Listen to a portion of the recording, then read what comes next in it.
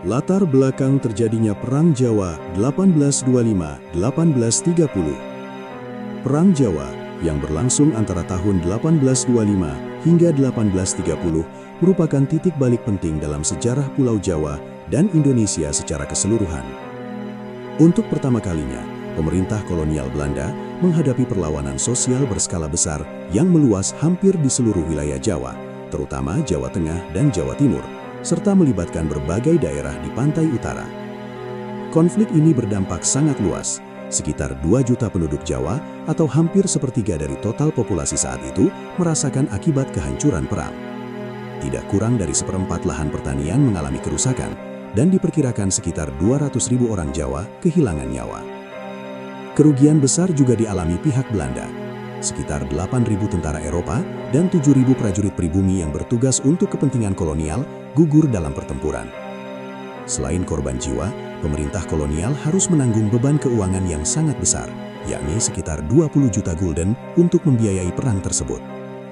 Berakhirnya Perang Jawa memberikan Belanda kendali penuh atas Pulau Jawa dan membuka babak baru dalam sistem pemerintahan kolonial yang ditandai dengan diberlakukannya sistem tanam paksa, kultur stelsel, pada tahun 1830 di bawah kepemimpinan Johannes van den Bosch.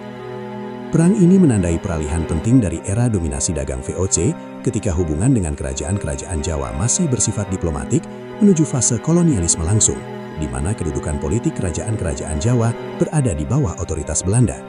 Proses perubahan tersebut sesungguhnya telah berlangsung sejak masa pemerintahan Daendels 1808-1811. Bagi masyarakat Jawa, Perang Jawa memiliki arti yang berbeda dan sangat mendalam. Konflik ini menjadi salah satu pemberontakan besar pertama yang bermula dari lingkungan keraton di Jawa Tengah dengan latar belakang utama berupa tekanan sosial dan ekonomi, bukan semata-mata konflik keluarga istana. Sosok Pangeran Diponegoro tampil sebagai pemimpin karismatik yang dipandang sebagai Ratu Adil dengan citra religius yang kuat. Ia berhasil menyatukan berbagai kelompok sosial yang mengalami penderitaan dan ketidakadilan di bawah satu tujuan perjuangan.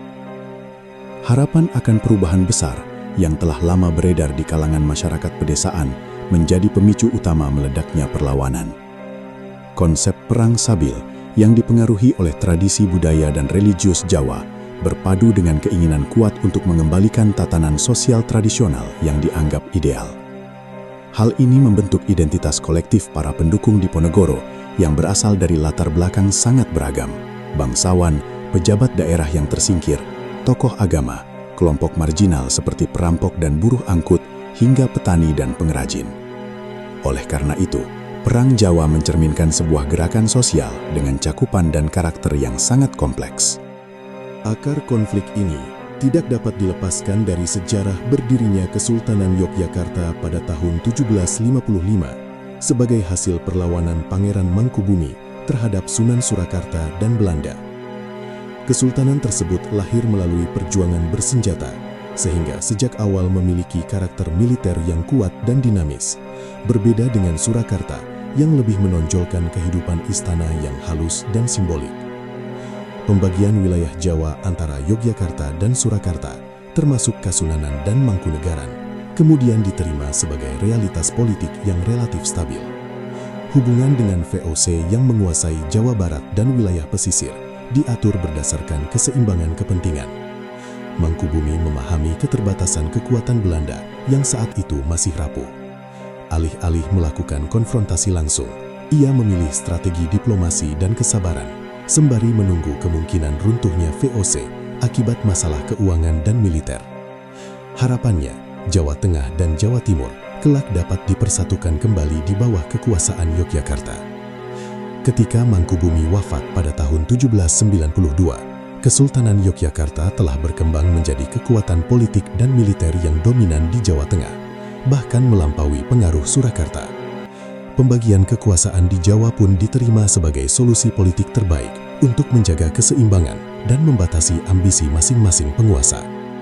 Kehadiran Belanda di Jawa kemudian dirasionalisasi melalui pembagian historis wilayah antara daerah berbahasa Sunda di bagian barat dan wilayah budaya Jawa di bagian tengah dan timur.